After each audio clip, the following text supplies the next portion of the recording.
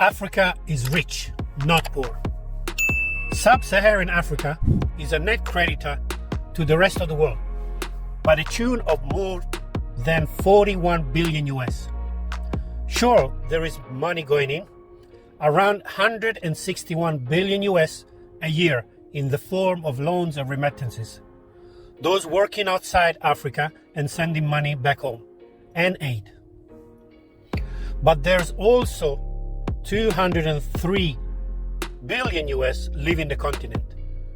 Some of this is direct, such as 68 billion US in mainly dodge taxes. Essentially, multinational corporations steal much of this legally by pretending they are really generating their wealth in tax havens. Then there is the 30 billion US that this corporation repatriate. Profits they make in Africa but send back to their own country or elsewhere to enjoy their wealth. The city of London is awash with profit extracted from the land and labor of Africa.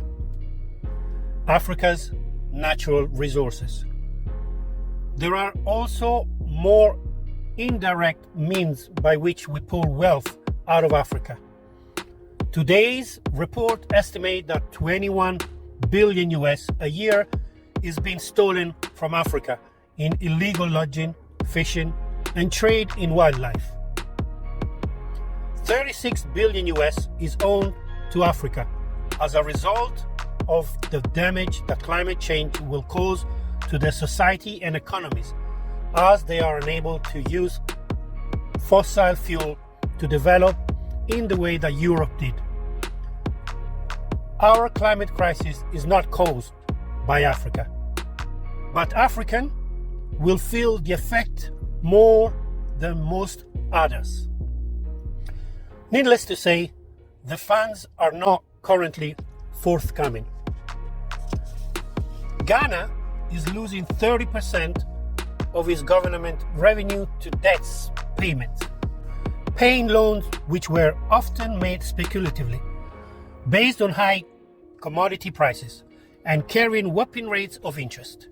One particularly audacious aluminium smelter in Mozambique, built with loans and aid money, is currently costing the country 21 pounds for every 1 pound that the Mozambique government received. British aid, which is used to set up private schools and health centers, can undermine the creation of decent public services, which is why such private schools are being closed down in Uganda and Kenya. Of course, some Africans have benefited from this economy. There are around 165,000 very rich Africans with combined holdings of 800 billion US. But given the way the economy works, where do these people mainly keep the wealth? In tax havens. A 2014 estimate suggests that rich Africans were holding a massive 500 billion US in tax havens. So what is the answer? Western governments would like to be seen as generous beneficiaries, doing what they can to help those unable to help themselves. But the first task is to stop perpetuating the harm they are doing. Governments need to stop forcing African government to open up their economy to privatization and their market to unfair competition. Oil. It is estimated that 12% of the oil produced in the world comes from Africa. The oil was formed over a period of more than 1 million years when fossils decomposed. The countries that lead in the oil production in Africa are Nigeria, Libya, Angola, Algeria, and Egypt.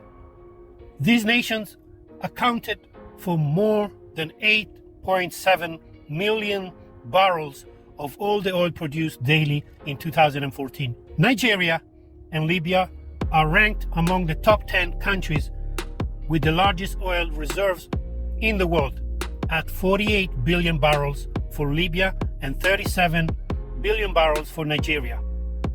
Most of the oil produced in Africa is exported to Europe and the United States, where it is refined and consumed. Precious metals. Africa has the richest reserves of precious metals such as gold, cobalt, and platinum.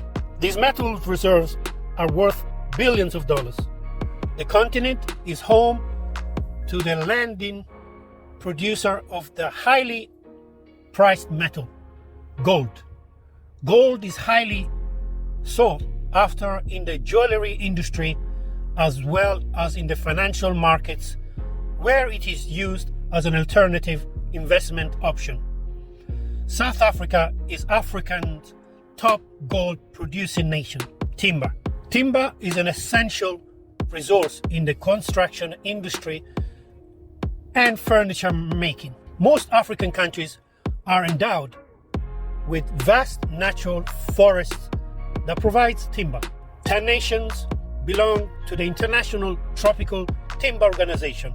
They include Cameroon, Gabon, Togo, Liberia, Ivory Coast, Nigeria, the DRC, and Ghana. Investment in Africa. If African countries are to benefit from foreign investment, they must be allowed to even help regulate that investment and the corporation that often bring it. And they might want to think about not putting the faith in the extractive sector. With few exceptions, countries with abundant mineral wealth experience poorer democracy, weaker economic growth, and worse development.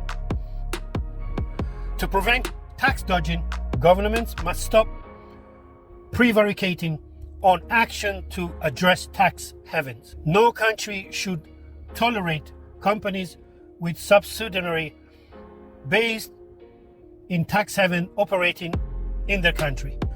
Aid is tiny, and the very least it can do, if spent well, is to return some of Africa's looted wealth. We should see it both as a form of reparation and redistribution, just as the tax system allows us to retribute wealth from the richest to the poorest within individual societies. The same should be expected from the global society. To even begin to embark on such ambitious program, we must change the way we talk and think about Africa. It's not about making people feel guilty, but correctly diagnosing a problem in order to provide a solution. We are not currently helping Africa. Africa is rich. If you enjoyed this video, please subscribe, like, and share. Your support, comments, and contribution is highly appreciated and will help spread the knowledge to more people around the world. May God bless you, and thank you.